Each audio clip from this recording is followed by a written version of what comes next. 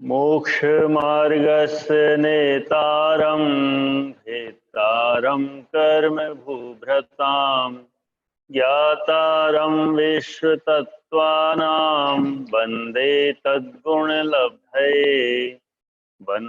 तद्गुणलब्धये। विग्रहगतो कर्मयोग 25। विग्रहगति में कारमान का योग होता है। अनुश्रेणी गति 26। विग्रहगति में जीव और पुदगलों की गति आकाश प्रदेशों की श्रेणी के अनुसार होती है। अविग्रह जीवस्य 27। मुक्त जीव की गति मोड रहित होती है। विग्रहवती च संसारिण प्राक्चतुभ्य 28।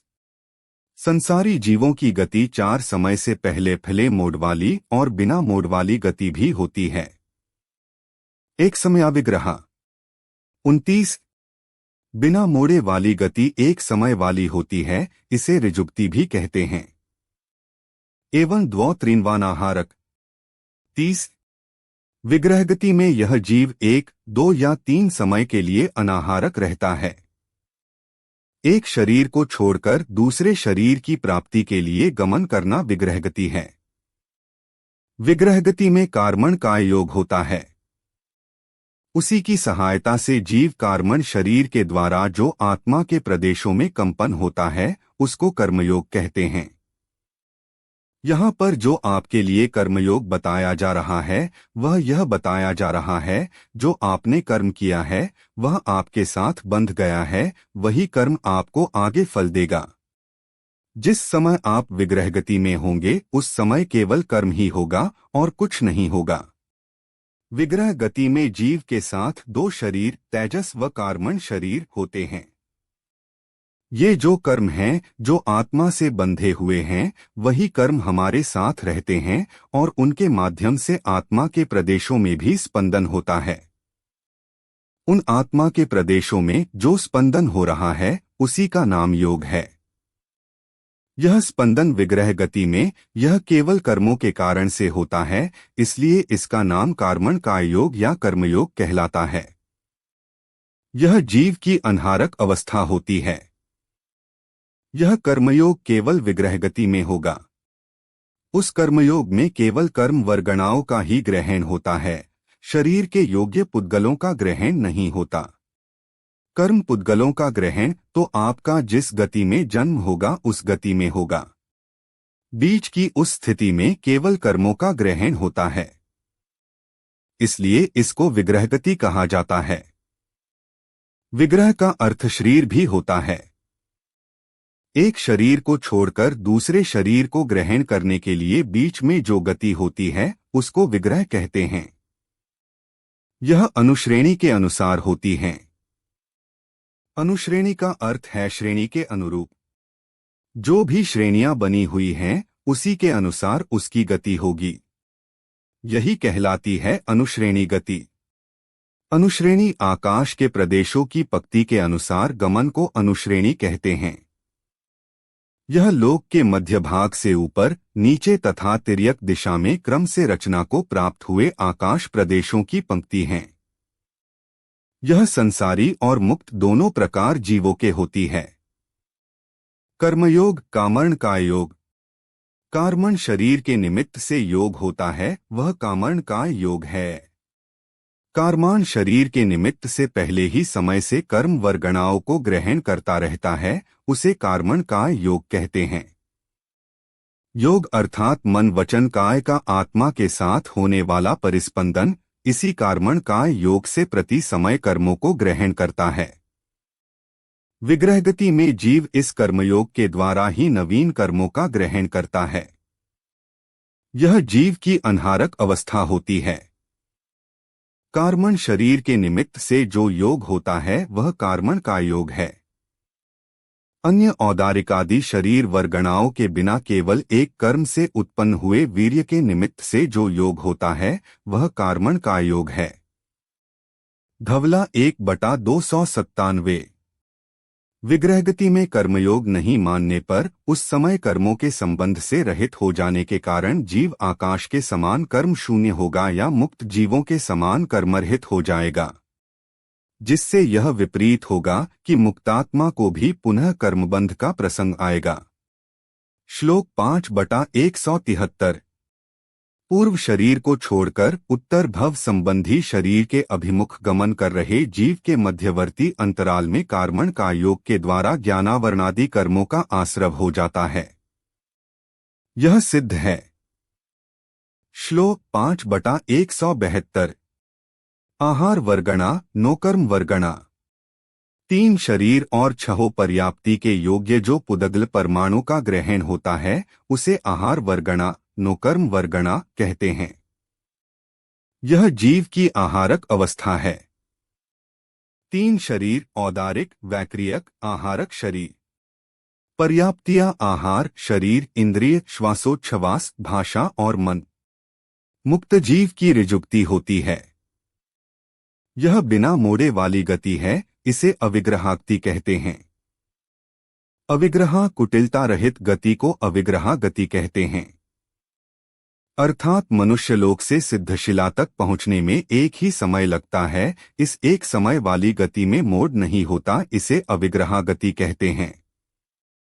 मुक्त जीवों की गति में कुटिलता के निमित्त कारणों का अभाव होने से ऊर्ध्वगमन स्वभाव होने से उन मुक्तात्माओं के अविग्रहा गति ही होती है। ऊर्ध्वलोक के ठीक मध्य में 45 लाख योजन विस्तार वाला गोल सिद्ध क्षेत्र है और उतने ही विस्तार वाला मनुष्य क्षेत्र सिद्धलोक के साथ राजू नीचे स्थित है।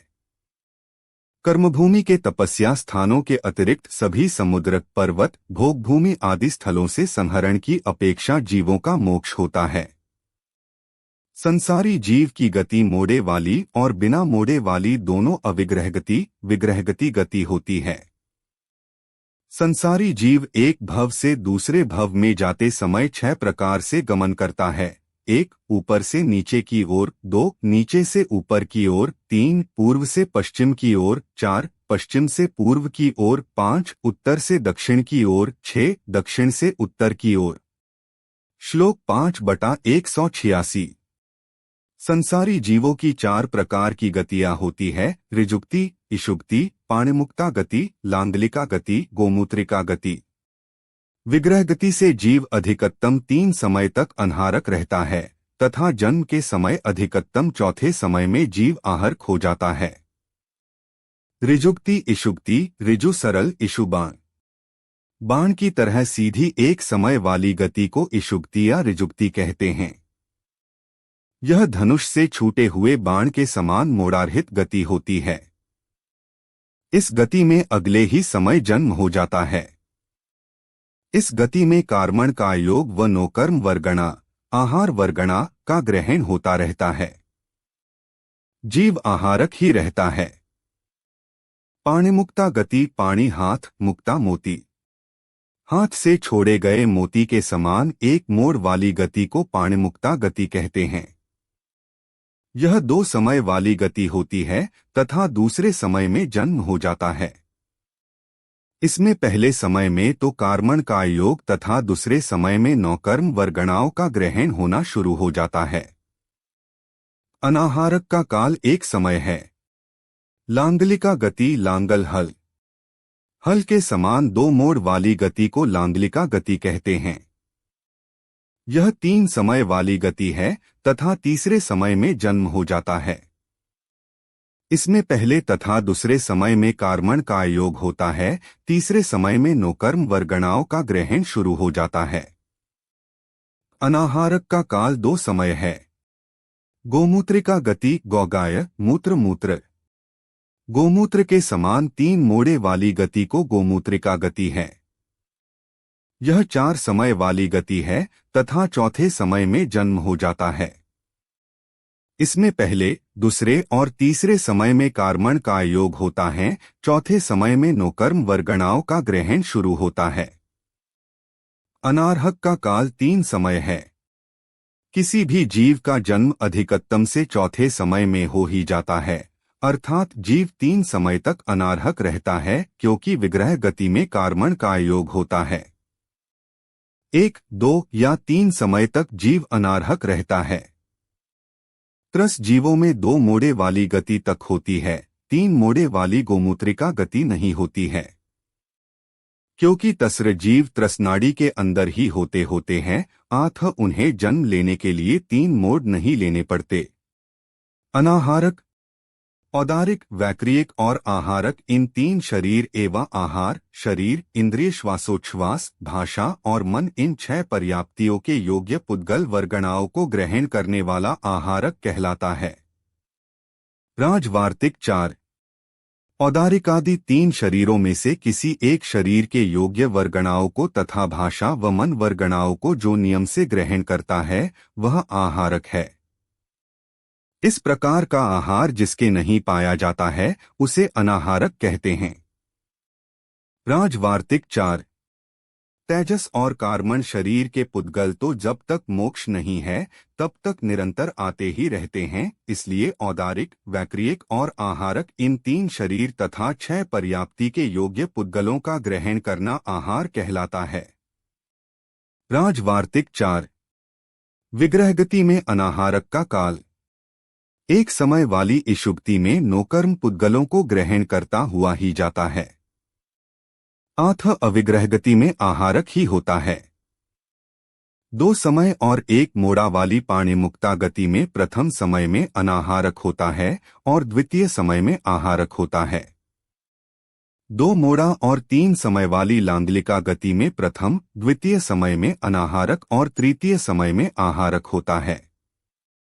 3 मोड़ा और 4 समय वाली गोमूत्रिका गति में प्रथम, द्वितीय एवं तृतीय समय में अनाहारक तथा चतुर्थ समय में आहारक हो जाता है। राजवार्तिक 6। जीव के अनाहारक का जघन्य एवं उत्कृष्ट काल। एक जीव की अपेक्षा जघन्य से एक समय तक अनाहारक रहता है, क्योंकि एक विग्रह करके उत्पन्न होने वाले जीव का यह काल पाया जाता है। इसका उत्कृष्ट काल 3 समय है, क्योंकि समुद्घात केवली तथा 3 विग्रह करने वाले जीवों के कार्मण का योग अनाहारकत्व का 3 समय प्रमाण काल पाया जाता है। गोमटसार जीवकांड 666-670।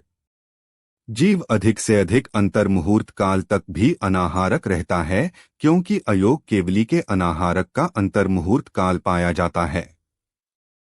नाना जीवों की अपेक्षा अनाहारक का जघन्य एवं उत्कृष्ट काल अंतर्मुहूर्त प्रमाण है। धवला 7/185।